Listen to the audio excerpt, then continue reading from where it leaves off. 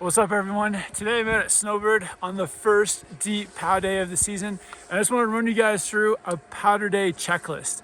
So everything you want to remember to have the best day of snowboarding on a powder day. So starting out, it's early season conditions up here. So there are still some exposed rocks and hazards. So wearing a helmet is super important. Today I've already taken a few bails. Even though the powder looks amazing, there's those like sharks lurking underneath. So the helmet is definitely saving me today.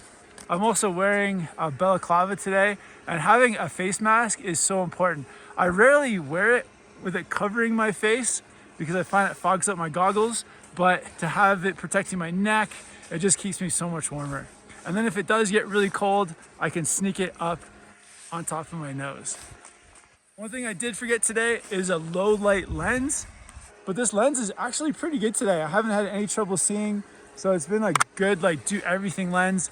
But if it is going to be cloudy and stormy, bringing out something like a yellow low light lens can save your day. In terms of layering, I've actually got 4 layers on today. It's pretty cold out here in Utah, so I've got my Gore-Tex jacket by 686, which is keeping me nice and dry.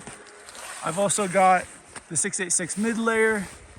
I've got the midlife crisis sweatshirt, and I also have a lightweight base layer. And these base layers are so important at wicking away sweat, keeping you dry. So this like 4-pack today is perfect for me.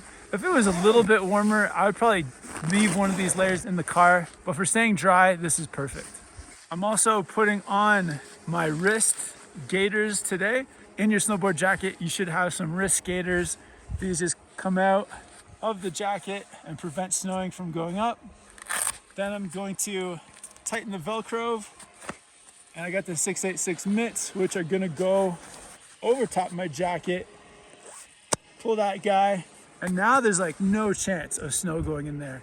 So doing that combo, wrist gaiter, tighten your jacket, glove over top, and you're gonna stay completely dry when that powder comes up over your chest.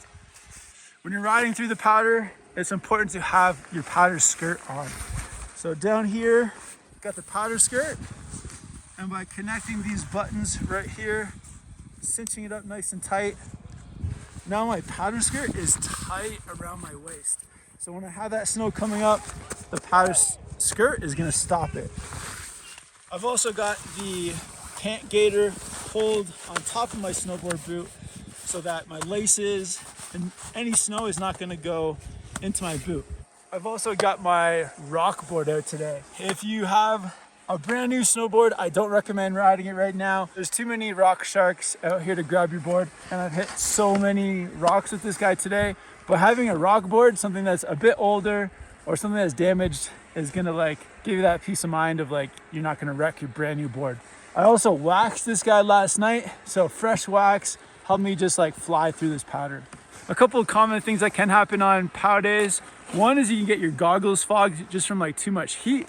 So if this ever happens, just pop your goggle out, toss your lens into your armpit. That'll help warm it up, defog it, and then you can pop it back on.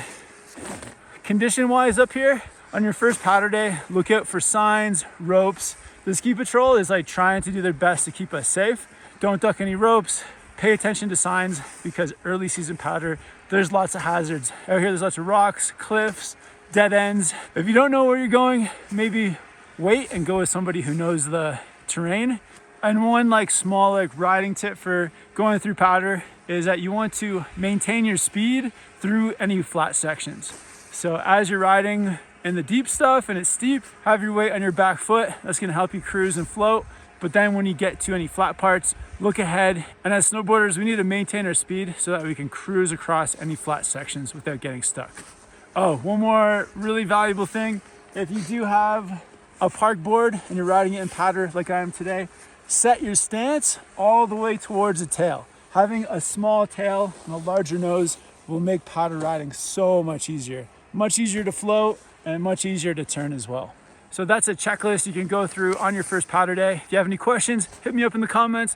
I'll also put links to all my gear below in the description, including these SnowboardProCamp goggles. Only a few pairs left, so I'll link those in the description with a promo code. Thank you guys for watching. Be safe out there riding the powder, and I'll catch you in the next video.